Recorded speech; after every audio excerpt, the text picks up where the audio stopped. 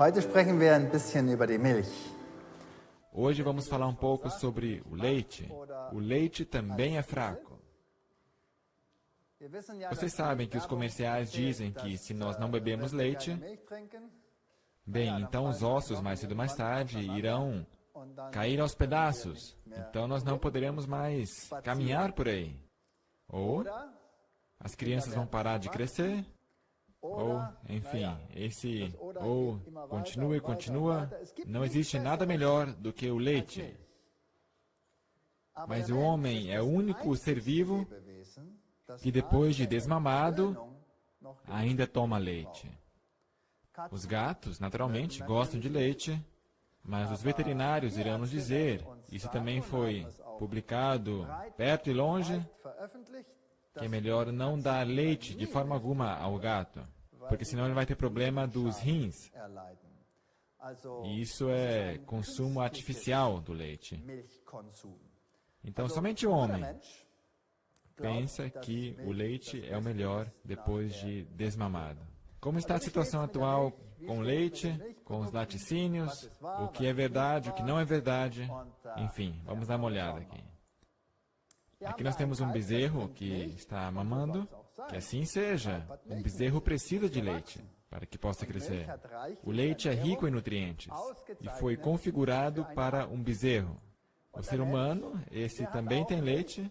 A mãe, o leite materno, é excelente para o crescimento de um pequeno ser vivo, que seja humano. Hoje em dia, na indústria, as vacas são cultivadas, por assim dizer, para maximizar a produção do leite. Uma boa vaca leiteira irá produzir, em média, 40 litros por dia. Se ela for uma vaca extraordinária, 80 litros. Se ela for uma vaca mundialmente famosa, mais de 120 litros por dia. E, naturalmente, um Uber assim tem que ser sustentado com, como é que se diz? Um suspensório, porque não pode ser sutiã. Com suspensório, porque senão tudo se rompe. Porque um Uber assim realmente pesa muito. Naturalmente não 80 quilos, porque a vaca é ordenhada 2, 3 vezes, às vezes até 4 vezes por dia. Mas, mesmo assim, é um peso considerável. Agora, é claro, vacas normais não têm esta aparência na natureza. Quando nós contemplamos os búfalos, ao qual provavelmente se pode traçar a linhagem da vaca, bem, um búfalo assim produz entre 3 e 4 litros por dia. Justo o suficiente para um bezerro. E isso, naturalmente, é fora do comum. Pois esta é a aparência dos laticínios em vossas prateleiras. Isso tem aparência muito atrativa, e alguém pensa, bem, isso é o melhor que há. O que é bom nisso? O que é bom nisso? Cálcio. Há muito cálcio no leite, e é por isso que todos têm que consumir leite. A vaca, naturalmente, tem que enriquecer o seu leite com cálcio, e ela dia e noite fica bebendo leite para que possa ter suficiente cálcio, e assim nós possamos ter cálcio. É verdade, sim ou não? Naturalmente não. De onde que a pobre vaca consegue o seu cálcio? Da alimentação que ela come, que não é leite, portanto, a relva comum produz suficiente cálcio para a produção do leite. Naturalmente, com complementos e assim por diante, toda sorte de produtos são acrescentados. Mas vamos ver o que a ciência diz. A biologia e a medicina aqui embaixo, resultados da Sociedade para Biologia e Medicina Experimentais. Aqui diz que de todos os mamíferos, o leite materno tem o menor teor de proteína e a menor proporção de caseína, que é a proteína que está no leite, em relação ao soro. Quando você coalha o leite, então nós temos soro e caseína. Portanto, o leite tem a menor proporção de todos os mamíferos. Isto é muito, muito importante. Portanto, a composição do leite se compõe de caseína e proteína do soro, A maior parte é caseína. Então, açúcar é um açúcar especial, a lactose, que por sua vez se compõe de galactose e glucose. A caseína, no leite da vaca, é digerida pela enzima chamada renina, e essa enzima é produzida na parede do estômago do bezerro, ou na membrana estomacal do porco, ali naturalmente para leite suíno. E essa enzima é, por assim dizer, inexistente em um bebê. Com um bebê a situação é um pouco diferente. A proteína ali é digerida, porque a mãe produz em seu leite um bacilo, o bacilo bifidus, que quando o bebê bebe é absorvido. E isso ajuda na coagulação da caseína, que fica mais fácil de ser digerida. E claro, isso tudo para quando o bebê não mais toma leite da mãe. Portanto, essa enzima renina some quando o animal está desmamado. Então, ele não pode mais suportar leite. E quando a enzima não está mais ativa, quando o gene que a produz está desligado, então o animalzinho vai ficar doente ou pode até morrer se lhe damos leite. No homem é outra proteína para a digestão do leite, Bacterium bifidus, como já dissemos. Assim, uma grande parte da caseína não é digerida quando não se recebe essas enzimas junto com a nutrição. E é claro que isso não se consegue bebendo um copo de leite. Por isso, o problema do leite da vaca está principalmente na digestão da caseína. A caseína é uma proteína bem especial. Ela estruturalmente é sempre adaptada à espécie na qual ela se encontra. Ou seja, todos os mamíferos têm caseína. Mas a caseína é diferente na composição de seus aminoácidos numa vaca, ou numa pessoa, ou num coelho. É diferente. E especificamente adequado justo para esse organismo. Também há outros problemas com a caseína. Por haver certas semelhanças entre as espécies animais, é possível, pode acontecer que quando uma caseína assim é ingerida, ela não seja totalmente digerida. E o ser humano e também outros mamíferos têm a capacidade de absorver pedaços não digeridos de proteína. Quando o bebê está recém-nascido, o primeiro leite que ele recebe se chama colostro, e este contém anticorpos, que são proteínas, mas essas não podem ser digeridas, portanto elas são resistentes contra enzimas e são transportadas na íntegra ao sangue, porque senão não teríamos imunidade contra elas. Essa possibilidade da transposição não digerida de uma proteína, ou parcialmente digerida, é mantida mesmo na idade adulta. Portanto, é possível que pedaços de proteína, sim, entrem em nosso sangue. Agora, se for o mesmo tipo de proteína humano, então não é problema. Agora, assim que isso vem de outro animal ou de outra espécie, então o corpo pode reagir a essa proteína como se fosse uma proteína intrusa. Então se fabrica um anticorpo. E quando se fabrica um anticorpo, então naturalmente se pode destruir esta proteína. Agora o problema é, e se a composição do aminoácido é tal, como também é em algumas células nossas? Então se pode fabricar um anticorpo contra nós mesmos, e como é que se chama isso? Isso se chama uma doença autoimune. Quanto ao leite, se a proteína for bem semelhante a muitas de nossas próprias proteínas, tem uma grande probabilidade de gerar doenças autoimunes. Bem, vamos dar uma olhada mais profunda nesse problema. Portanto, o leite humano contém 1,2 miligramas de proteína por litro. E são necessários 120 dias até que o bebê duplique o seu peso. Um cavalo, entretanto, tem justo o dobro da proteína, caseína, 2,4 mg por litro. E são necessários somente 60 dias, 120 e 60. 2 vezes a quantia, 2 vezes o crescimento mais rápido. Na vaca, 3,3. Só 47 dias para a duplicação do peso.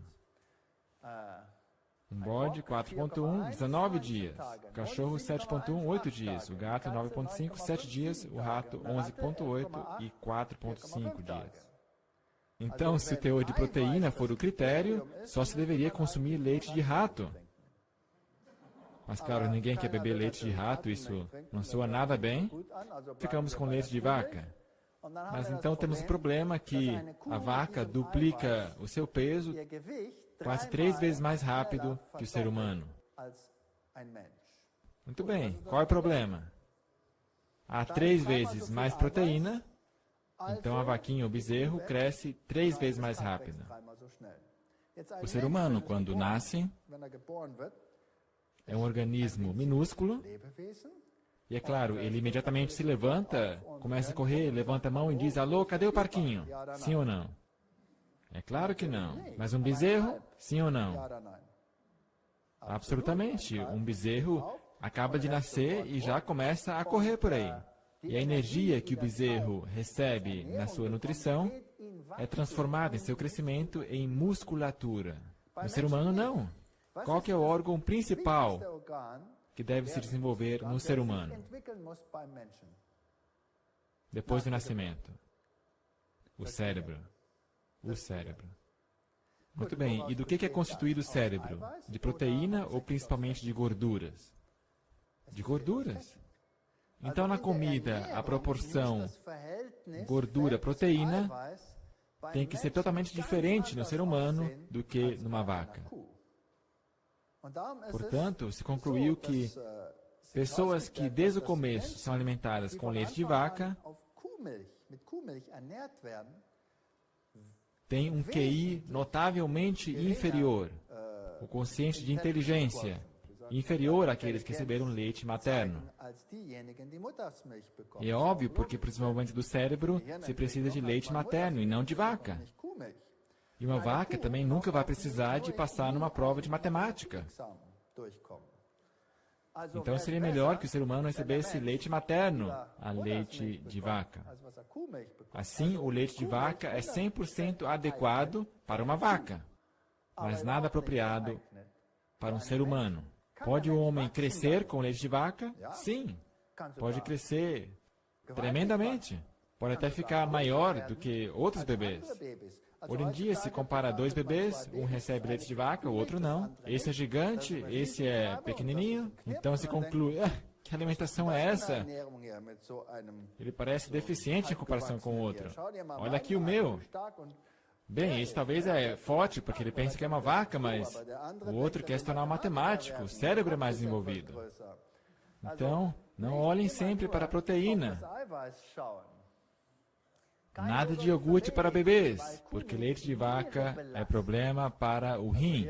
Aqui está um artigo do Medical Tribune, a mesma coisa daquele problema do gato. Há tanto ácido em consequência do leite de vaca, por isso ser tão rico em proteína, e isso leva a problemas do rim. E aqui da publicação de Gastroenterologia e Nutrição Pediátrica, deveríamos nos esforçar para usar comidas que preencham os requerimentos de crianças maiores e excluam efeitos colaterais. O leite de vaca não preenche este requisito. Isso está por todo lado na ciência, mas não nas propagandas. Aqui está mais uma citação da revista Pediatrics. Bebês que foram alimentados com leite integral de vaca durante o segundo meio ano de vida apresentaram uma perda 30% maior de sangue pelo intestino e uma perda significativa de ferro na defecação. Na verdade, faz sentido. Quando se tem muito mais ferro na alimentação, então é necessário mais ácido para digerir isso, na digestão. E o intestino infantil ainda não está à altura. Entre outras, que o intestino sangra levemente, ou seja, que haja perda de ferro. Criança pequena com sangue na diarreia. Poderia ser o leite. Medical Tribune, 96. Portanto, não sou eu que digo isso, isso está em muitas publicações. E, em geral, se conhece isso no meio científico, mas não é transmitido à população em geral, porque a indústria é mais poderosa que a saúde. Problema nos olhos, catarata. O que tem a catarata?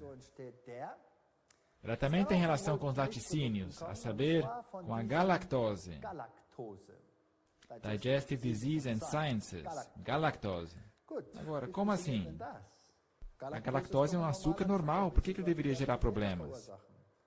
A galactose é um açúcar especial que somente pode ser utilizado por bebês. E a razão é a seguinte: a energia que é transferida ao bebê não vem só da glucose. O corpo ainda está em desenvolvimento. E a insulina, o sistema de insulina ainda tem que se desenvolver. Toda a proporção de açúcar no sangue, o controle disso ainda tem que se desenvolver. E é por isso que o bebê só recebe a metade do seu açúcar em forma de glucose. A outra metade em forma de galactose. E essa galactose tem que ser transformada em glucose antes que possa ser utilizada. É como se fosse uma reserva. Para que não venha demais de uma vez, há uma certa reserva. Então, à medida que o bebê precisa, há uma enzima chamada de beta-galactosidase, que é produzida no fígado. Essa transforma a galactose em glucose à medida que o bebê precisa.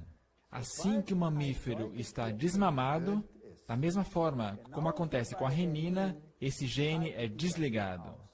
Portanto, adultos não têm a enzima beta-galactosidase, ou ela está tão inibida que elas são pouco ativas, mas geralmente nada. Portanto, agora temos um problema.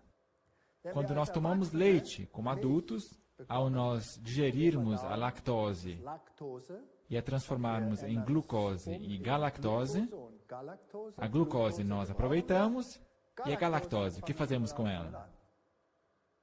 Nada. Então, o que o corpo faz com ela? Ele tem que armazená-la em algum lugar. Esse lugar é na pele ou debaixo da pele. Então, se fica com uma superfície acidentada, parece celulite, ou no olho. Então, se pega catarata.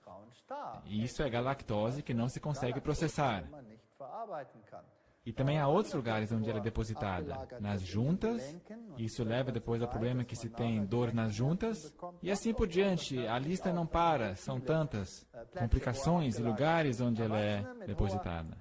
Adultos com atividade de lactase maior e que consomem muito leite sofrem de problemas de galactose, acúmulo de galactitol na lente ocular e maior perigo de desenvolver catarata na idade avançada. Postgraduate Medicine, aqui está a referência bibliográfica. Portanto, esta é a causa que isso acontece. Aqui está mais uma, periódico da Associação Médica Americana, gordura e colesterol, é óbvio. Derivados do leite acrescentam gordura e colesterol à refeição. Mas esse não é o único problema. A gordura que nós temos no leite é colesterol oxidado. E colesterol oxidado é significativamente mais perigoso que colesterol não oxidado. E o leite, por entrar em contato com oxigênio, na ordem, na garrafa e depois, na hora de servir e processar, e nisso e naquilo, é colesterol oxidado. O bebê que bebe o leite diretamente da mama evita esse processo da oxidação. Portanto, mais um problema. Leite e gordura. Médicos e nutricionistas já sabiam faz tempo que comida gordurosa, como os laticínios, contribuem à obesidade. Na verdade, é lógico. Uma pesquisa feita na Universidade de Cambridge, na Dan's Nutrition Center, lança a pergunta: será que todas as calorias são iguais? E a resposta é: sim, teoricamente elas são iguais, mas no corpo não. calorias de gordura, em comparação com, digamos, calorias de carboidratos, são armazenadas de uma forma totalmente diferente. O carboidrato já está parcialmente oxidado. Se nós vemos a fórmula aí, o elemento oxigênio está em vários lugares, não é verdade? Já na gordura, não. Então, se o corpo puder escolher o que ele queima primeiro, então ele queima primeiro a glucose. É a substância que é usada para a produção de energia em todos os seres vivos. Portanto, primeiro a glucose, enquanto que gordura, não. Só como segunda opção. Então, se eu consumo gordura e também tenho carboidratos na alimentação, o que eu vou usar para a minha energia? Carboidratos. Então, o que o corpo faz com a gordura? Armazena. É lógico, aí ele fica lá sentada. A gordura te faz um gordo. Já carboidratos podem ter o mesmo valor calórico, mas por nós o queimarmos e o queimarmos primeiro, quando ele é integral, tem muito menos tendência a nos engordar. Mas isso é só um aspecto. Vamos continuar aqui. Laticínios que não contêm qualquer fibra ou carboidratos complexos fornecem aproximadamente o mesmo tanto de gordura que eles contêm por natureza. A saber, um copo de leite contém 49% de gordura. Queijo suíço e cheddar, 65%. Iogurte, 50%. Mesmo leite magro e queijo ricota, que são tão alardeados como sendo sem gordura, tem um teor de 20% de gordura.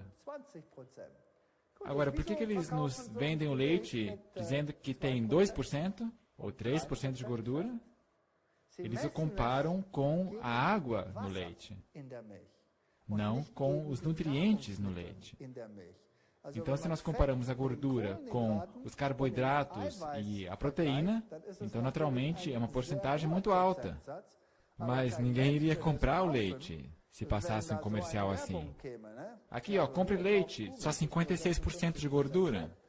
Todo mundo pensaria que isso é loucura, mas 2% ou 3% não soa tão grave. Então, o que diz a propaganda? Os comerciais dizem exatamente o oposto. O leite resolve tudo, também os seus pneuzinhos.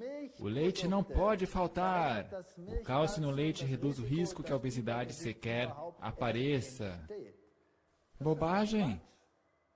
Sim ou não? A ciência comprovou que a gordura engorda, a gordura do leite engorda, então o que o cálcio tem que ver com a diminuição do peso? Absolutamente nada. Então esse comercial está mentindo.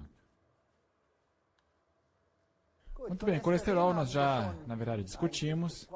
O consumo médio de leite hoje é 750 quilocalorias diariamente. Isso contém 160 miligramas de colesterol. Isto é muito. Ter que processar tudo isso. Esta quantia de colesterol equivale ao teor de aproximadamente 53 fatias de presunto. Quem queria consumir 53 fatias de presunto por dia? Acho que ninguém. Eu duvido. Agora, diabetes. Aqui nós temos uma doença autoimune. Diabetes do tipo 1. E aqui vem o American Journal of Clinical Nutrition, dizendo que o diabetes do tipo 1, que é o que requer insulina, ou diabetes juvenil, é relacionado com os laticínios. Sim, por quê? Porque proteína, caseína, contém os aminoácidos numa sequência tal que se esta parte, por acaso, é absorvida precocemente no sangue, então o corpo produz um anticorpo. E a proteína em nossas células que produzem insulina, as células beta no pâncreas, tem exatamente a mesma sequência. Assim, o corpo produz um anticorpo que vai atuar contra as células em nosso corpo que produzem insulina. E em qualquer momento, isso pode, não é necessário, mas pode ser ativado. Então, de repente, se contrai a diabetes tipo 1. A diabetes tipo 2 é uma outra história. Por haver muita gordura na alimentação, E por picos de glucose, quando ele sobe ao alto repentinamente, ele é desencadeado a diabetes tipo 2 e pode ser reversível com a alimentação. Esse tipo aqui não é reversível com a nutrição, porque as células que produzem insulina estão destruídas. Então já faz tempo que eles estão afirmando que isso vem do leite de vaca naturalmente, não do leite materno. Consumir leite e derivados durante a infância pode aumentar o risco de contrair diabetes juvenil. Isso aqui são tudo citações científicas, para que ninguém possa dizer que estou inventando alguma coisa aqui. Aqui, por exemplo, o consumo de leite e diabetes Finlândia. Leite fresco, aqui estão os números, Espanha, a metade, se nós comparamos com a Finlândia. Nata, 1/3, manteiga, 1/5, queijo mais ou menos a metade, e leite condensado, aqui não tem dados, e 1,3, o total 252 e a metade nos espanhóis. A incidência aqui na Finlândia de diabetes é muito alta e na Espanha muito baixa. Na verdade, bem interessante essa comparação. Muito bem. Leite em pó estimula a formação de diabetes do tipo 1. Jornal dos Médicos, novembro do ano 2000, e assim por diante. Eu poderia mostrar para vocês tantas citações. Esse aqui vem do periódico Lancet, é o melhor periódico de medicina na Inglaterra. E a CNN o republicou, dizendo: nova evidência publicada na sexta-feira dá peso à controvertida teoria que dar leite de vaca a bebês pode fazer com que adquiram diabetes mais tarde. Beber leite de vacas pode enfraquecer a imunidade infantil e levar a problemas por infecções recorrentes. Isso já se sabia em 1978 e foi publicado no periódico Nature, a, por assim dizer, melhor publicação científica do mundo. Aqui somente se consegue publicar um artigo se for do mais alto nível. Uma publicação atrás da outra, dizendo a mesma coisa. Essa aqui foi uma pesquisa que nós mesmos fizemos com macacos, onde nós demos uma alimentação normal a macacos, mas uma fração disso era ou de soja, como fonte de proteína, ou da caseína, como fonte de proteína, ou seja, do leite. Aqui se vê então claramente os linfócitos, o nível nos macacos. Aqui nós temos a alimentação de milho e leguminosas, e em cor vinho de leite. E nós vemos como que o sistema imunológico foi reprimido naqueles que recebiam leite. Portanto, logicamente, se alguém quer ter um sistema imunológico forte, não deveria usar leite. Aqui temos outra citação de diabetes do tipo 1, que o risco de contraí-lo é 1,5 vezes maior quando se consome precocemente leite. Mais um, do New England Journal of Medicine. A mesma coisa, mas esse aqui é interessante, olha só. Diabetes não aparece em ratos com propensão a ter diabetes, portanto, eles usam ratos que têm propensão, e se analisa então o que desencadeia diabetes neles. Ou seja, não aparece quando há uma dieta sem leite de vaca durante os primeiros 2 ou 3 meses de vida. Isso indica que a proteína do leite de vaca, a caseína, pode desencadear essa doença. Portanto, isso também já está comprovado com experimentos. O único motivo por que eles afinal disseram que não é assim é porque japoneses às vezes também contraem diabetes do tipo 1 e eles, em geral, não usam leite de vaca. Então se percebeu que os bebês no Japão que contraem diabetes do tipo 1 são amamentados por uma mãe que ou viveu nos Estados Unidos ou que estava baixo influência americana em sua alimentação. Ou seja, a mãe usava leite. O bebê não, leite de vaca, mas leite materno. Mas o bebê é que leva a pior contraindo diabetes 1. Então se analisou o leite da mãe. E o que se encontrou no leite materno? Caseína bovina. Assim, a mãe tem uma digestão da caseína ruim ou inexistente, a caseína é absorvida no sangue, o corpo quer se livrar dela, então a joga no leite. O bebê o toma e pronto, diabetes 1. Pesquisadores de Roma e Londres, e talvez os jovens aqui vão se interessar por isso, notaram que em uma pesquisa em 47 pacientes com diabetes mellitus, 51% deles tinham células imunológicas que cresciam e se multiplicavam quando entravam em contato com a proteína beta-caseína do leite de vaca. Outra vez, esta proteína em específico é o problema. Muito bem, nós, portanto, vimos que a proteína no leite é um problema. A gordura é um problema. Conduz a excesso de fofura e a gordura tem colesterol oxidado. A proteína é um problema, doenças autoimunes. E agora vamos dar uma olhada no açúcar, lactase. Agora, se você vem da Europa, você vai ter essa enzima chamada lactase, mesmo depois de ter sido desmamado. E isso vem da Europa porque ali há um grande histórico de consumo de leite entre os europeus. Se uma nação em geral não usa leite, o cenário muda dramaticamente. Então aqui nós temos os dinamarqueses, com 2% de intolerância à lactose. Ou seja, os dinamarqueses conseguem suportar bem a lactose. Não a proteína, não a galactose, mas só a lactose. Eles, portanto, não têm problemas no intestino se eles bebem leite. Os finlandeses, 18%. Os indianos, 50%. Intolerância à lactose. Judeus, 58%. Os judeus israelitas, em geral, são negros. Os peruanos, 70%. E se nós olhamos para os afro-americanos, 70%. Judeus askenazes, 78%. Está ficando cada vez pior.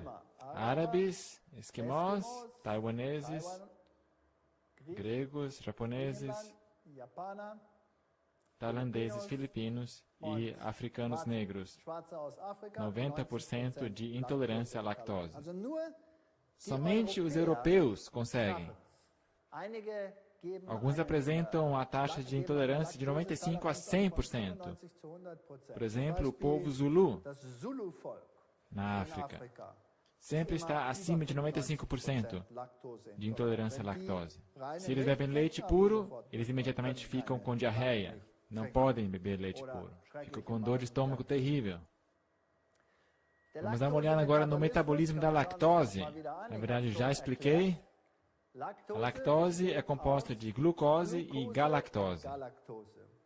A enzima lactase está presente no bebê e depois ela é desativada. Em alguns mais e alguns menos. Nos negros, totalmente desativada, ou quase totalmente. Em europeus, menos. E em outros países, em algum lugar entre esses dois extremos. Os adultos brancos da Europa geralmente têm lactase. Já a galactose é outra história, se precisa dessa enzima aqui, e ela é desativada também nos europeus. Então sempre se tem um problema que sobra galactose. E esta é a propaganda. Homens e mulheres bebam leite, então vão ficar fortes. Ou essa, bebam leite, moças, então vocês vão ter força e saúde. Agora, isso corresponde à verdade, sim ou não? A resposta é não. Muito bem, aqui está uma pergunta interessante. Duas crianças. Uma negra, outra branca. E o leite agora está derramado. Isso é uma bênção ou uma maldição? Muito bem, vamos dar uma olhada no que acontece. A menininha branca não tem intolerância à lactose, ela tolera bem. Bebe o leite.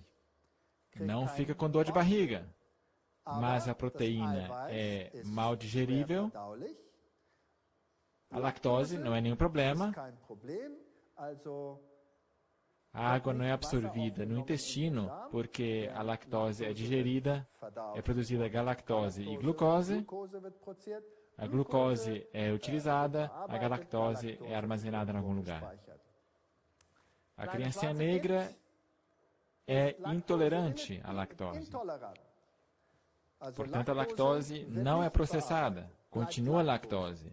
Atravessa todo o intestino até a região do cólon. Lá existem bactérias que elas sim fazem a separação. E agora temos um problema, porque agora de repente nós temos açúcar ou carboidratos livres no intestino, bem lá no final do intestino. E daí? Isso aumenta a osmose e água é sugada para dentro do intestino. Imediatamente, a pessoa fica com diarreia. Portanto, a criança negra fica com diarreia e a branca com entupimento do estômago. E muitas pessoas pensam que são duas causas para dois problemas diferentes, mas não. É a mesma causa e tem efeitos diferentes. Eis o problema. Nós temos aqui a Europa, ao norte nós vemos que a intolerância à lactose não é um grande problema, os níveis são baixos, e quanto mais ao sul nós vamos, aumenta, e se nós chegamos bem ao sul aqui, na região do mar Mediterrâneo, os níveis de intolerância à lactose são bem altos. Então, somente esse pequeno grupo decide para o mundo inteiro que o leite faz bem. Só esse grupinho. Agora vai ficar mais interessante ainda. De novo eu pergunto, qual é o problema com os laticínios? Osteoporose. Não é possível. Revista Science. Qual é o significado do cálcio na prevenção da osteoporose? É lógico que se precisa cálcio para a prevenção da osteoporose.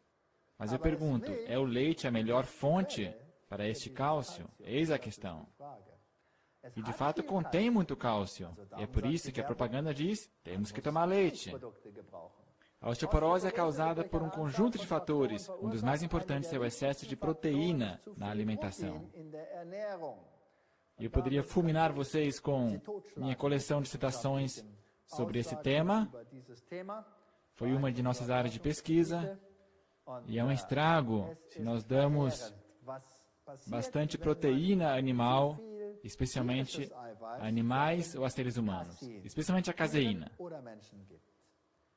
Uma pesquisa do Instituto Nacional de Saúde da Universidade da Califórnia, publicada no American Journal of Clinical Nutrition, chegou à conclusão que mulheres que consumiram a maior quantidade de proteína de alimentos animais apresentaram uma redução da massa óssea 3 vezes maior e um índice de fratura do quadril 3,7 vezes maior que as mulheres que conseguiam sua proteína de fontes vegetais. Portanto, em plantas, a proteína é muito menos acidificante. E é por isso que não se precisa neutralização do osso e não se tem redução da massa óssea. Enquanto que quem usa caseína, ou proteína animal, então se tem esse problema aqui da acidificação. O aumento da proporção proteína animal-vegetal na alimentação sobe o índice de perda óssea e a frequência de fratura em mulheres após a menopausa. Outra citação do Jornal Americano para a Nutrição Clínica, uma atrás da outra. Portanto, mais um mito que vai pelo ralo abaixo. Antes de eu tematizar a leucemia, eu quero fazer uma rápida comparação. Mulheres da Gâmbia, mulheres negras da África, têm em média na alimentação, e elas aliás não usam laticínios, elas têm 350 miligramas de cálcio por dia. Mulheres americanas, muitos laticínios, 1.400 miligramas de cálcio por dia. Depois de uma gravidez, as mulheres americanas é que pegam osteoporose. Já nas mulheres da Gâmbia, com menos de 1/4 de cálcio na alimentação, nada de osteoporose. Qual é o motivo? O motivo é que mesmo que a pessoa branca coma tanto cálcio na sua alimentação, a sua alimentação é tão acidificante que constantemente tem que ser neutralizada e o cálcio sai do osso. Esse ácido e essa caseína inibem a atuação daquelas células que iriam integrar o cálcio no osso. Eu sempre comparo com um pedreiro. Se nós temos um pedreiro que, digamos, consegue assentar 500 tijolos por dia, e ele dá os tijolos e ele vai lá colocando os tijolos um atrás do outro. São como os osteoblastos que integram o cálcio no osso. Muito bem, agora o meu pedreiro fica doente, fica gripado, não se sente bem. Ele consegue assentar só 250 tijolos de cálcio na parede. Qual que é a solução para o problema? É lógico, eu vou lhe dar 1.400 tijolos, aí vai melhorar o problema. Sim ou não? Claro que não. Você está viajando, isso é totalmente ilógico. Mas é o que nós fazemos. A gente pensa, o problema é o cálcio, então vamos dar mais cálcio. Até chegar a 1.400 miligramas, isso não ajuda nada. Por quê? Porque o pedreiro está doente. Então qual que é a solução do problema? Não dar mais tijolos para ele, mas vai lá cuidar do seu pedreiro. Soluciona o problema dos osteoblastos. Elimine o ácido, o osteoblasto vai se sentir melhor e vai recomeçar a trabalhar eficientemente. 500 tijolos por dia, essa é a solução. Portanto, podemos olhar esse problema desse lado ou daquele ângulo. Dependendo de como nós vemos o problema, teremos uma solução diferente no final. Muito bem, leucemia. Que tipo de doença é essa? É uma doença autoimune. Muito bem. Vírus da leucemia bovina, a leucemia em bezerros e vacas. Esses anticorpos estiveram presentes em 59% dos bezerros recém-nascidos. 59% deles tinham esse anticorpo.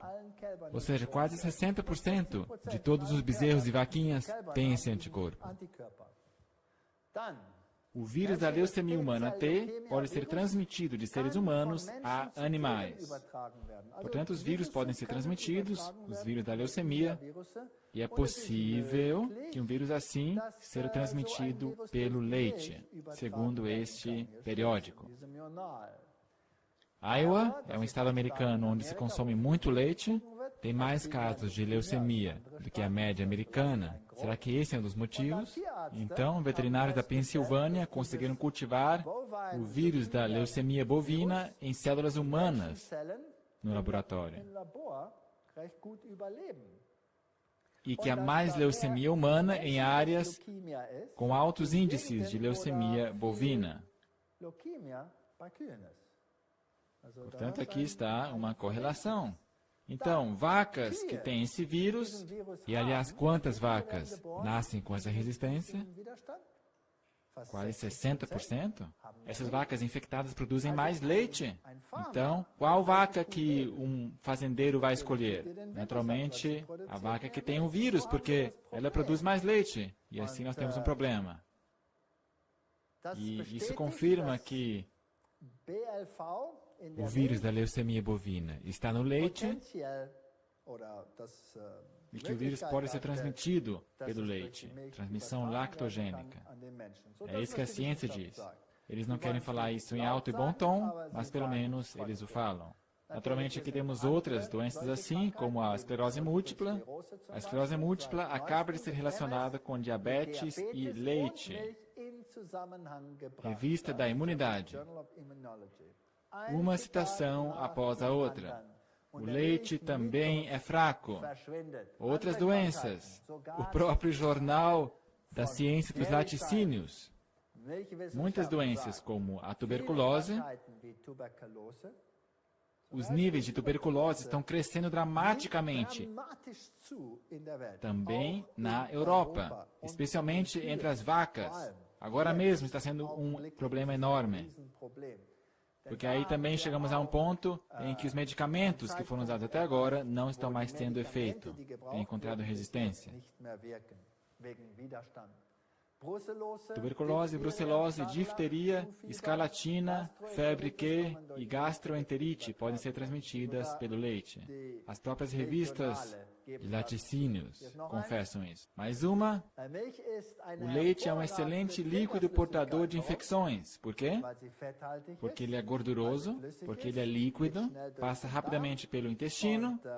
Bem, então essas bactérias podem sobreviver facilmente. Listeria, por exemplo, aqui temos o gráfico de infecções no Reino Unido.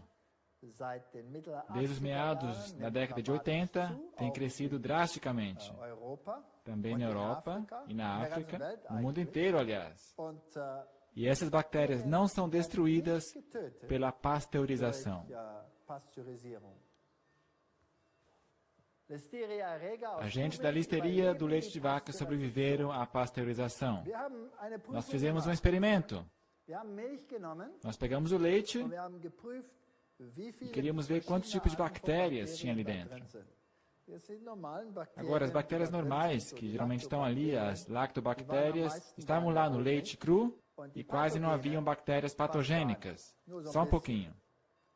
Então o leite foi pasteurizado. E o que aconteceu então? Todas as lactobactérias estavam mortas e as outras sobreviveram. Claro que havia menos. Agora o leite de vaca está lá no supermercado, na prateleira. Durante um dia, o que acontece com as bactérias? Não há concorrência, portanto, rapidamente elas se multiplicam.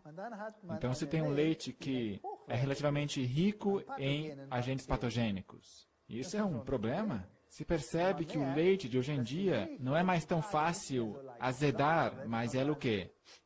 Começa a cheirar mal. É como se ficasse podre. Porque temos essas bactérias da salmonella e dos staphylococcus, elas estão presentes ali. Então, a pasteurização, no que se refere aos agentes patogênicos, não ajuda. Os agentes da listeria do leite de vaca sobreviveram à pasteurização. Nós já vimos isso. Esses resultados endossam a suposição de que a listeriose humana é uma doença transmitida pela alimentação. É lógico. Esse foi um artigo de jornal sobre mim. Eles se escandalizaram porque eu disse que o leite não é bom.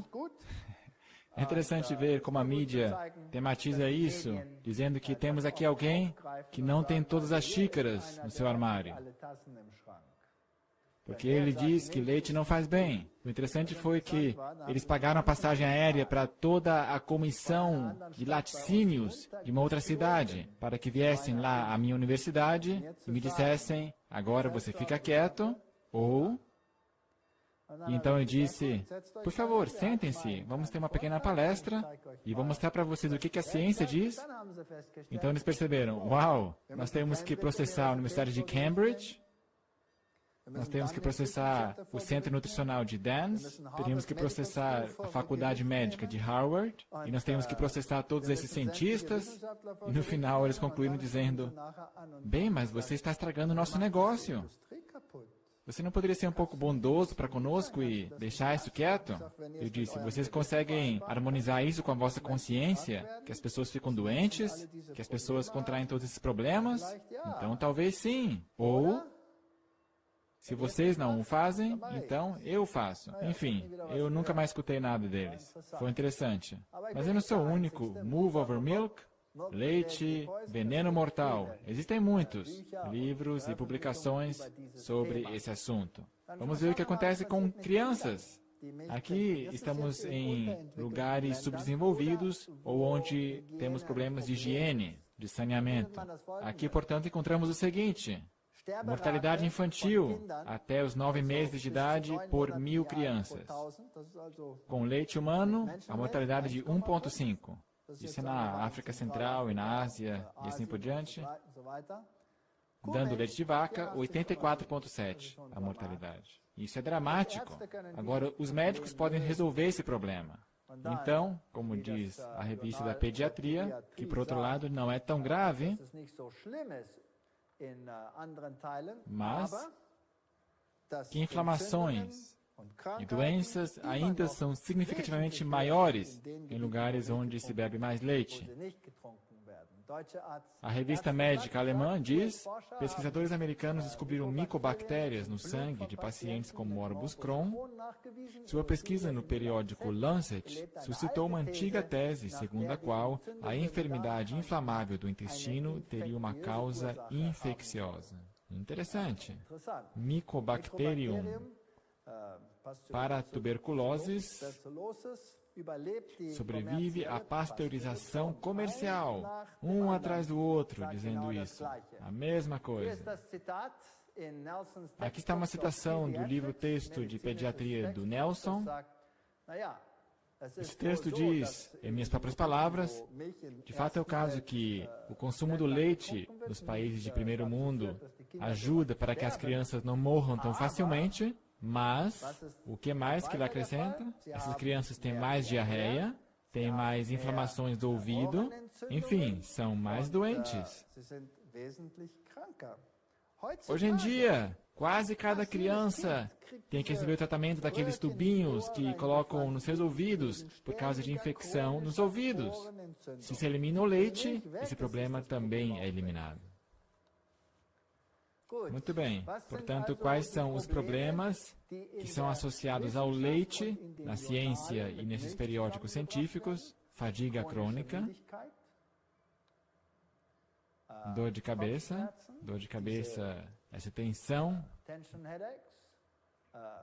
dor muscular, especialmente na nuca e nas costas, hiperatividade, especialmente em crianças, enurese, fazer xixi na cama, alergias, problemas, congestão nas vias, temos também asma, dificuldades respiratórias, aterosclerose precoce, colesterol oxidado, diabetes, nós já falamos sobre isso, diabetes tipo 1, e também diabetes tipo 2, por causa da gordura. Acne, espinhas, preste bem atenção, artrite, reumatoide e todas essas doenças dos nervos, esclerose, são doenças autoimunes e, naturalmente, também a inteligência. Tudo tem relação com o leite. Então, o que sobra? O que sobra de bom no leite? Muito bem, qual é a vantagem em usar leite materno? A mãe transmite anticorpos ao bebê, só isso já é importante. Células brancas são transmitidas, isso ajuda na imunidade. Então, o leite humano também contém uma substância chamada lactoferrina. Isso impede que a bactéria E. coli se prolifere em demasia. E o leite humano geralmente é estéril, enquanto que o leite de vaca não. Então temos o problema da absorção do cálcio. Somente 25% do cálcio no leite de vaca é absorvido. Lá se vão 75%. Por quê? Porque leva à acidificação e assim a perda é maior que o lucro. Então, o leite humano contém mais ou menos só a metade do cálcio que o leite de vaca, mas no final das contas acaba tendo mais, porque 75% do cálcio do leite de vaca se perde. Tamanho nem sempre é documento. Isso se prova aqui nesse caso. E tudo que é verde escuro é uma boa fonte de cálcio. Dá uma olhada na prateleira lá no varejão, escolha o que é verde escuro. Para poder absorver cálcio, o corpo precisa de certas quantias de outro elemento, o magnésio. O leite derivado somente contém poucas quantidades de magnésio. Sem a presença de magnésio, o corpo só absorve 25% do cálcio. Aqui, mais uma citação. Cohen, Leite, um veneno mortal. Esse livro aqui de 98. Muito bem. Quais seriam desvantagens do leite de vaca em crianças? A gordura, nós já vimos isso. Falta de vitamina C, também pouca vitamina D. Naturalmente a proteína é um problema, fosfato. A proporção fosfato-cálcio está justamente ao contrário do que deveria ser. Cânceres que se relacionam com o leite de vaca, o da próstata, câncer do ovário, câncer do intestino grosso e câncer da mama. E aqui está a comparação entre câncer de mama e consumo de leite no mundo. E está bem claro que os países que produzem muitos laticínios, ou os que consomem maior número, têm maior índice de câncer de mama. Então o leite realmente não tem quase nada de bom. E além disso, o benefício de quebra aqui no leite, bem, na verdade, um atrevimento. O almoço de ontem da vaca. É permitido que haja, até um certo limite, fezes da vaca no leite, bactérias indesejadas, vírus e prions também indesejados, antibióticos indesejados, hormônios, e especialmente hormônios que se usam regularmente para que se produza mais leite. E, naturalmente, pesticidas orgânicos. A vaca come vegetais e vai retendo os produtos químicos que esses contêm, acumulando-os no seu corpo. No que se refere às bactérias, depois que o leite é pasteurizado, ele não pode conter mais do que 20.000 bactérias por milímetro cúbico, e não mais que 10 bactérias coliformes por milímetro cúbico ou mililitro. E geralmente acontece que eles medem essa concentração, mas pouco tempo depois, o quadro mudou totalmente. E o que se compra no supermercado não é aquilo que se imaginava. Se você der uma olhada no que é oferecido ali no mercado, então, naturalmente, há muito leite que não tem aparência de leite, mas tudo isso contém leite. Leia só a lista de tudo que contém leite. É uma tragédia. Todo supermercado está cheio de produtos derivados do leite, sem que se saiba. E o que dizer do queijo? Esse é um tema interessante. É um dos meus temas preferidos. Quão bom o queijo é. O que diz a economia? É uma alimentação fantástica. Tem tudo aí que se precisa. Rico em gordura, rico em proteínas, enfim, todos esses nutrientes. Vamos dar uma olhadinha. Quão bom é o queijo? Para começar, vamos ver a produção do queijo. Primeiro se usa o leite. É acrescentada uma cultura de micro-organismos, o coalho, então acontece uma fermentação, o resultado é a coalhada e o soro. E depois? A coalhada se pode usar como ricota, a fermentação já aconteceu, e assim a ricota, o queijo fresco, transformou a lactose em glucose e galactose.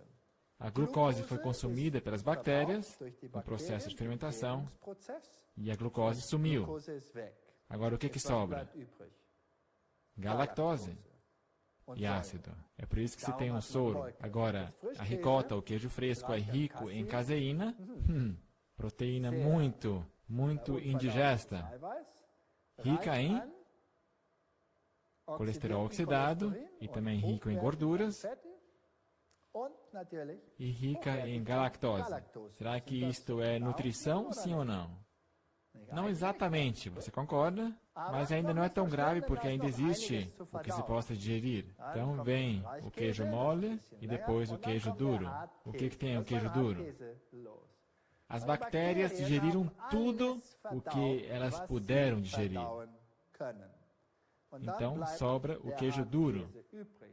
Com esse não acontece mais nada, e se pode construir casas com ele, se pode fazer tudo o que você quiser.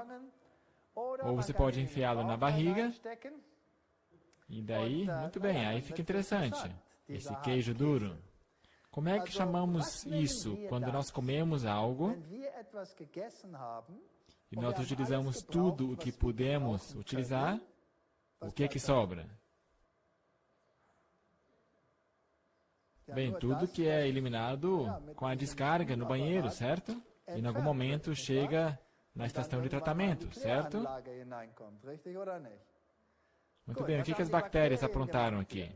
exatamente o mesmo. Usaram tudo o que era utilizável, não conseguindo absorver mais que isso. Não conseguem aproveitar a proteína, elas não têm renina. Elas também não têm essas pepsinas que nós temos, que com ácido concentrado podemos processar essas coisas.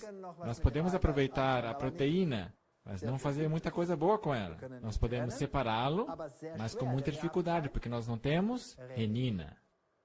Portanto, esse queijo fica lá sentado no estômago e ali ele fica parado. E o que acontece? O estômago digere, e aí, em certo ponto, ele manda uma amostra através do esfíncter para dentro do duodeno.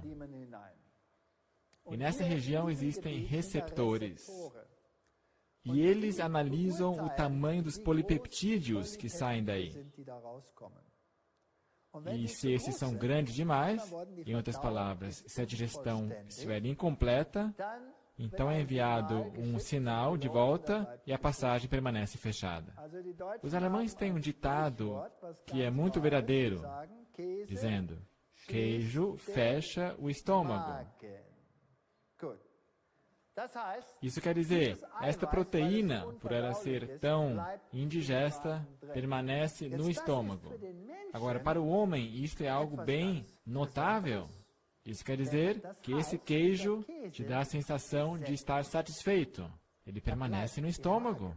Então, se permanece satisfeito. Nós somos programados de tal forma que acreditamos que quando se está satisfeito, se comeu bem. Certo ou errado? Agora, quanto disso é absorvido no estômago? Nada. Água, talvez um pouco de glucose, mas de proteína e outros nutrientes, nada. Só em que lugar que acontece a absorção da energia? Quando passou por esse estágio. Quando já passou por esse órgão, mas o estômago não consegue aproveitá-lo para nada. Imaginem só que vamos fazer uma corrida de manhã ou de manhã cedo. De manhã para o café da manhã, eu como muesli ou granola com frutas secas e, enfim, frutas e similares, e eu me apresento lá para a corrida. E o outro come um pedaço de presunto, um ovo e um respeitável de um pão de queijo. Quem que tem a maior probabilidade de ganhar esta corrida? Naturalmente eu, é lógico. E é por isso que todos os esportistas mudam a sua dieta e não comem mais como comiam, porque não podem fazer concorrência contra os que se alimentam diferentemente. Muito bem, então quando finalmente conseguiu sair do estômago, ainda não chega a ser nutrição, porque é rico em colesterol, é rico em galactose, em proteínas, com as quais não se consegue fazer muita coisa, e na verdade deveria ir direto para o esgoto, antes de passar pelo estômago. O queijo nunca deveria ser introduzido no estômago humano. Nunca. Osteoporose. Vamos dar uma olhada aqui numa coisa bem interessante. Gorduras e óleos têm uma acidificação 0. 0 miliequivalentes. Peixe, 7,9. Pão, 3,5. Especialmente se for refinado, como tendo farinha branca ou espaguete. Massa, 6,7. Tratando-se da carne, 9,5. Agora, no queijo duro, 23,6. Assim, não há produto que seja mais acidificante do que o queijo duro. É o pior que você pode fazer com seu corpo. Outra vez, o queijo nunca deveria ser introduzido no estômago. Nós conduzimos alguns experimentos com ratos. Nós alimentamos alguns ratos tendo como fonte de proteína a soja e outro grupo caseína, ou seja, a proteína do leite. O que nós concluímos? Que a urina é significativamente mais ácida quando recebia caseína em comparação com os que recebiam soja. Assim, é acidificante, leva a fraquezas imunológicas e todas essas coisas. Muito bem, vamos agora quantificar a perda do cálcio. 2 vezes mais perda fecal do cálcio. Ou seja, o cálcio foi pelo ralo abaixo. Próximo problema. Aqui temos a perda de cálcio na urina.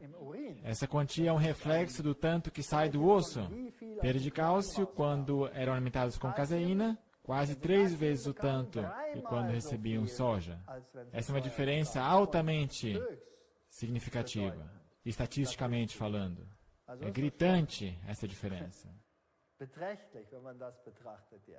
Umidade no trono, umidade da massa fecal,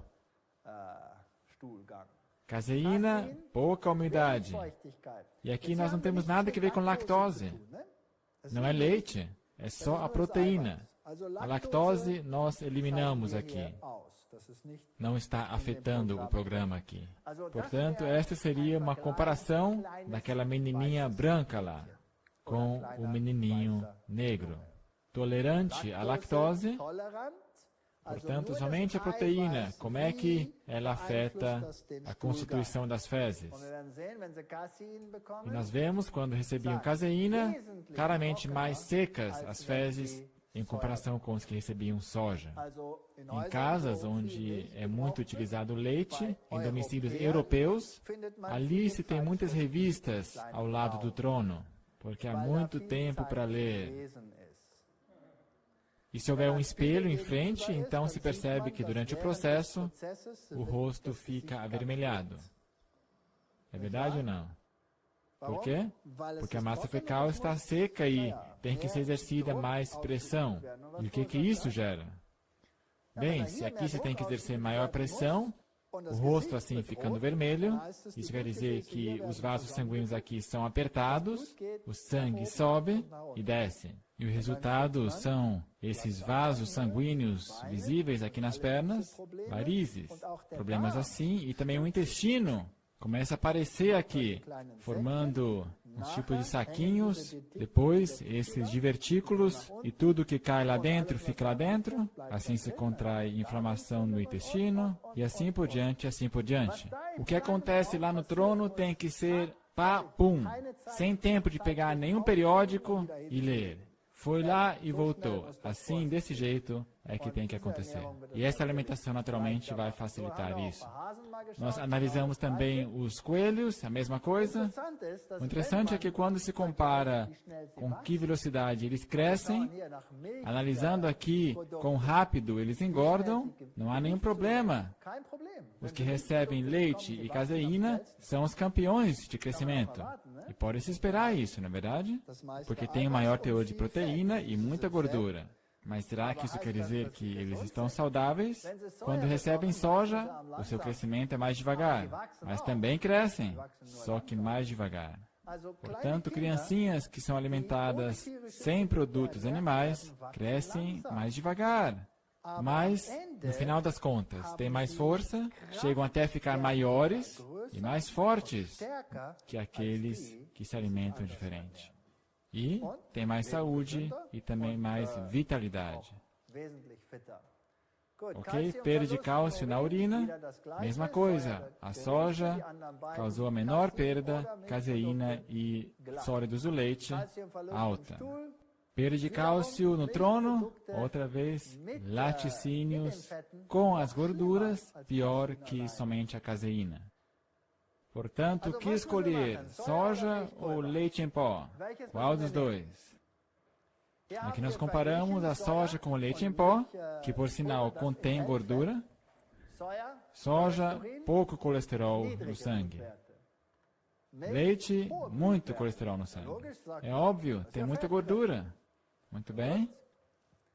Aqui nós temos LDL, esse é o colesterol ruim, relativamente pouca a quantia na soja.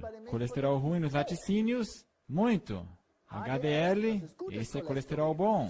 Soja, muito bom. No leite, fraco. Agora, a proporção HDL para LDL, excelente na soja, miserável nos laticínios. E o que isso quer dizer? É a gordura que gera esse problema? ou a gordura. Vamos, por um momento, isolar a gordura. Vamos só analisar a proteína, caseína, e compará-la a uma nutrição baseada em soja. Aqui vemos o seguinte: soja e caseína, o nível médio de colesterol em ratos, baixo e alto. Interessante. Ou seja, a proteína por si mesma eleva o nível de colesterol. Só proteína. Por quê? A proteína por si só tem uma boa proporção HDL e LDL na soja, uma proporção fraca na caseína. Muito bem, nós vimos aqui que em coelhos que receberam uma dieta baseada em proteína vegetal, tiveram pouco colesterol e alto índice de colesterol com uma proteína animal. E aqui está a minha pergunta.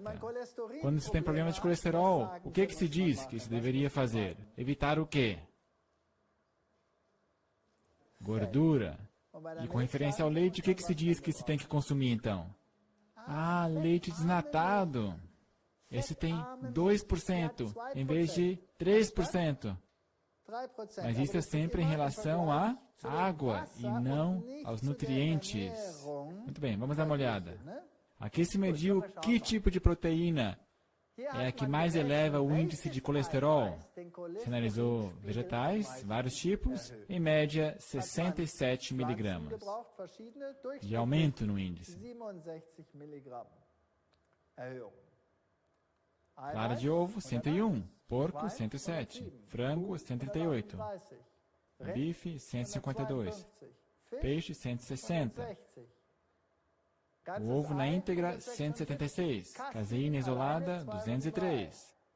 Peru, 215. Ups! Leite desnatado, 225. Então, naturalmente, a gema do ovo é a campeã. A comida que está em segundo lugar em aumentar o índice de colesterol de todos os alimentos é a proteína do leite desnatado. Então, será que essa prescrição ajuda, sim ou não? Não. Não ajuda em nada. Frutas, legumes, nozes e leguminosas são boas fontes de boro. Boro, que inibe a perda de cálcio do corpo. Por leite conter pouco boro, mas muito fósforo e proteína, ele não é vantajoso na luta contra a osteoporose. Nutrition Today. Esse mito tem que finalmente explodir, que o queijo e o leite fazem bem para tudo. Verduras, tudo que é verde, como a couve, brócoli, couve china, são tão bons quanto o leite no que se refere ao cálcio, e naturalmente não há perda de cálcio, como é o caso com o leite. Mesmo comendo 1.400 miligramas, nós já vimos isso.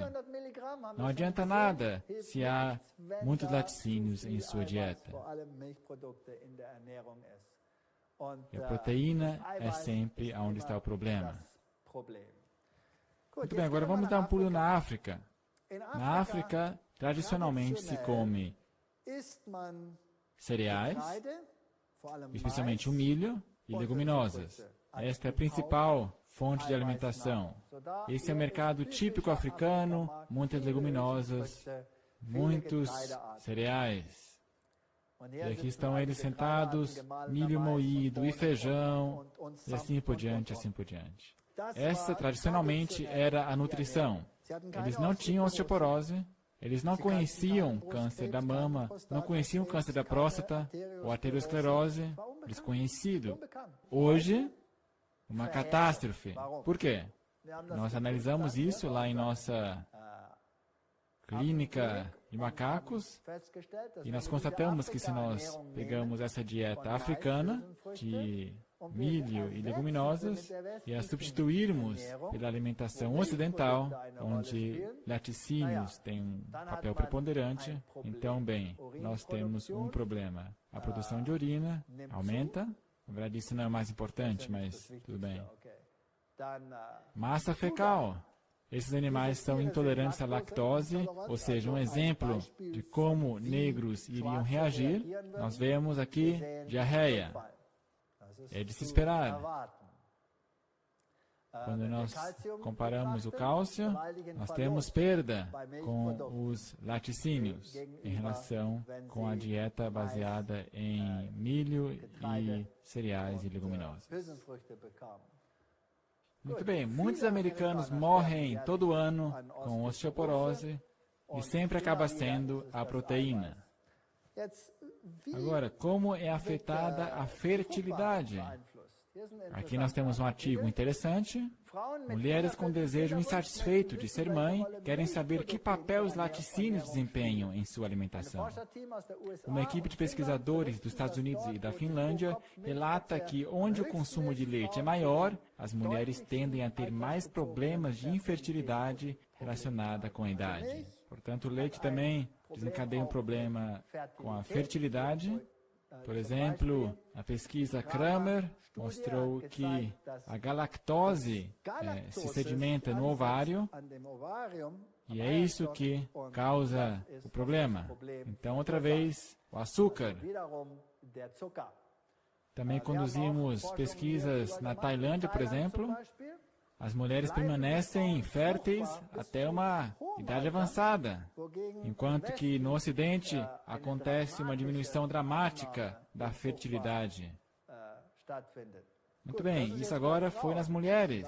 Se percebe que é o açúcar galactose. Esse é o problema. A gente queria saber como é a situação entre os homens e conduzimos pesquisas entre primatas. Analisamos o que acontece se eles recebem laticínios na sua alimentação em comparação com alimento não lácteo. Esse gráfico é o que melhor explica a situação. Aqui nós temos o teor de proteína como é comum na África. Temos aqui cereal e leguminosas, como os africanos usam, e laticínios. E aqui temos, na ordenada, a mobilidade para frente dos espermatozoides. Os espermas são quase 3 vezes mais móveis quando não tem leite na alimentação. Esses espermas são realmente relâmpagos, são verdadeiros Schumachers da vida, sempre na ponta. Próximo critério, a concentração de espermatozoides. Outra vez aqui, 3 vezes mais concentrado quando não houve leite na alimentação. 3 vezes, isto é alarmante. Portanto, tem mais espermas, os espermas são muito mais móveis também. E aqui nós temos os defeitos no desenvolvimento. Os que recebiam leite na sua alimentação apresentaram muito mais defeitos do que os que não recebiam dieta baseada em leite. E aqui nós temos um esperma normal, aqui nós temos um esperma com um defeito na parte intermediária, aqui temos um defeito no flagelo. Esse esperma naturalmente fica dando voltas para lá e para cá e não acontece nada. E agora compreendemos por que a África é tão fértil. Eles muitas vezes passam fome, mas crianças, nenhum problema. E Europa, não há falta de comida, mas 1/4 dos casais tem que ir para a clínica perguntar por que não temos filhos. 1 em cada 4 casais na Europa. AIDS, naturalmente, esse é um enorme problema no mundo. Nós percebemos que os linfócitos, o nível de linfócitos é dramaticamente reduzido com o consumo de leite. Portanto, uma das primeiras coisas que os pacientes da AIDS deveriam fazer é eliminar os laticínios. Então, eles também teriam um melhor nível de linfócitos. Quando nós comparamos nos macacos a proporção HDL e LDL, ou seja, o colesterol bom em proporção ao colesterol mau, usando termos simples, então os que recebiam leguminosas e companhia estavam em melhores condições que os outros. E a diferença crescia à medida que o tempo passava. Aqui temos uma imagem trágica. Aqui está um vaso sanguíneo de um macaco que recebia cereais e leguminosas. Essas são as vias laterais, estão totalmente abertas, não há nenhuma sedimentação de gordura nesse vaso, é irrepreensível. Aqui embaixo, um vaso que recebeu leite. Veja só que nesse corte a sedimentação de gorduras, dentro do vaso. E essas vias laterais que deveriam estar abertas, aqui embaixo, estão todas fechadas, entupidas com gordura. Interessante. Aqui está uma cena histológica. Aqui em cima à esquerda, não recebia laticínios, também não apresenta sedimentação de gordura no vaso. Embaixo, recebia laticínios, aqui está o sedimento. É aqui que está o problema. Mas tem mais uma coisa que é interessante, que é a direita. Nesses vasos dos que recebiam laticínios, aqui, depósitos de cálcio. Cálcio. Por quê? Porque tanto cálcio é liberado dos ossos que o rim não consegue filtrar tudo isso aí. Mas o corpo também não pode reconstituí-lo no osso, porque os osteoblastos não têm a força para isso. Para onde ir com esse cálcio? Tem que ser depositado. Então ele é depositado nas juntas, onde há bastante umidade, ou até mesmo nos vasos sanguíneos. Agora, o que acontece com um vaso sanguíneo assim, se há sedimentação de cálcio? Fica duro, rígido. O que acontece então com a pressão sanguínea? Sobe lá em cima, e o que mais? As chances de que esse vaso se rompa ficam cada vez maiores. Ou seja, esse é um sinal muito, muito ruim, quando existe deposição de cálcio dentro dos vasos. Portanto, é isso que nós constatamos. Naturalmente, quisemos saber, então, leite soja. Se nós pegarmos leite soja e o compararmos diretamente com o leite de vaca, será que o resultado é diferente de quando usamos o feijão soja? Então, voltamos às pesquisas com o leite soja e o leite em pó. E o que descobrimos nessa comparação? Leite soja, irrepreensível. Irrepreensível, da mesma forma como com o outro. Ou seja, colesterol, LDL, HDL, todos esses níveis eram excelentes. Portanto, o escuro aqui é a dieta tradicional africana. A concentração do colesterol sempre mais baixa quando recebiam leite soja, comparando com os que recebiam leite de vaca. A mesma coisa aqui com o LDL,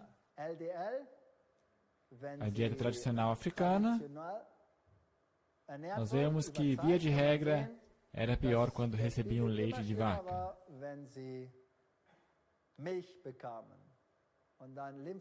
Concentração de linfócitos aqui também significativamente melhor do que quando recebiam leite. Aqui está a comparação de fraturas do quadril nos diferentes países. Aqui na ponta, Estados Unidos, Nova Zelândia, Israel, Hong Kong, os negros da África do Sul. E aqui embaixo, na abscissa, consumo diário de leite. Aonde vocês acham que, nesse gráfico, estaria a Noruega, a Holanda e essa companhia? Lá no forro, talvez no telhado. A Noruega tem o dobro de incidência de osteoporose que os Estados Unidos. E olha que nos Estados Unidos já é um problema enorme. E qual é a solução? Qual que é o conselho que se lhes dá? Consuma mais leite.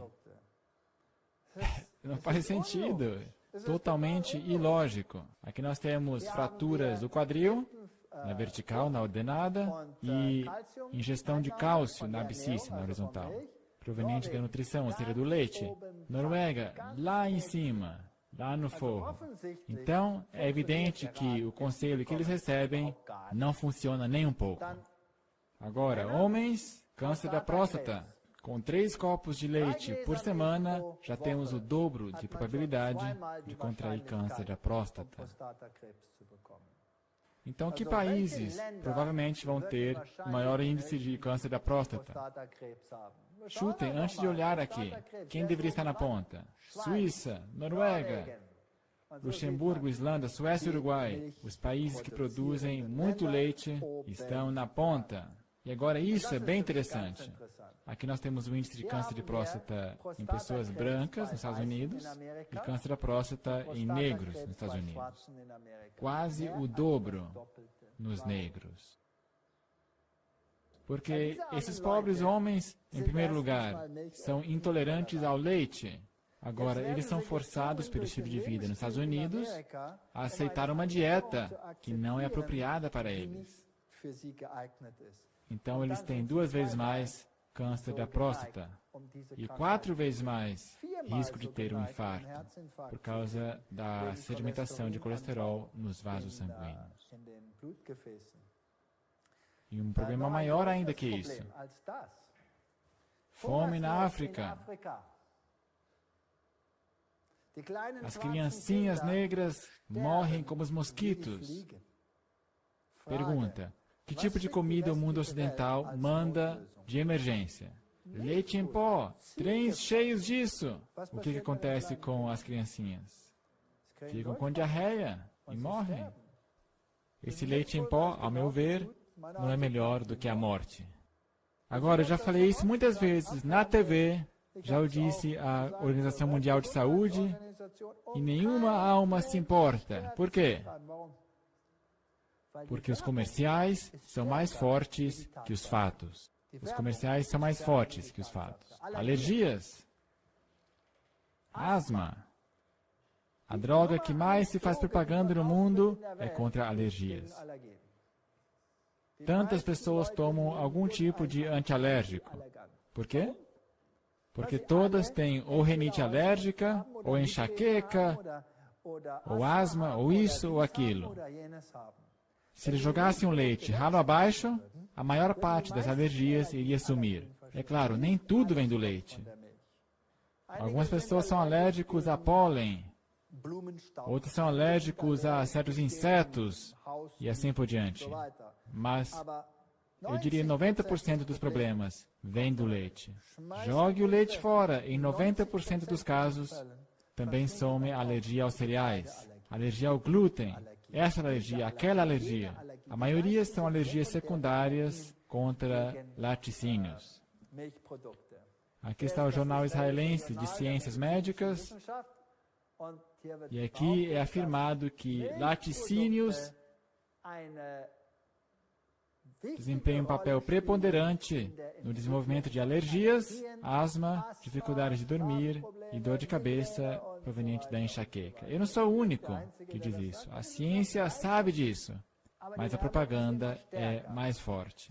Então, se nós aqui damos uma olhada nessa mesa bonita, o que é que vai sobrar? O rabanete podemos comer, o alface, o pão, o tomate e o resto é incomestível. E assim eu peço desculpas que eu tive que falar coisas assim, mas reflita, porque se for lógico e fizer sentido, então use um substituto. Isso não é difícil hoje em dia. No mercado tem leite soja, no mercado até tem, eu não sei se aqui vocês têm, mas nós temos iogurte de soja. Por que não? O sabor é o mesmo. Número 2, não tem caseínas. Número 3, não tem galactose. Em quarto lugar, não tem colesterol, colesterol oxidado. Então, é lógico que se use isso, de preferência outro, sim ou não? Se você consegue ter o mesmo sabor e todos esses benefícios, eu quero dizer os chocolates e todos esses produtos. Combinação do leite com açúcar é a pior combinação de todas. O colesterol sobe lá em cima, triglicerídeos, sem falar da cafeína e da teobromina, de quebra. Por que não solucionar o problema? Com leite soja e alfarroba. Então você tem o mesmo, e o sabor também é bom, e o problema está resolvido. Portanto, não desanime. Mude. Muito obrigado.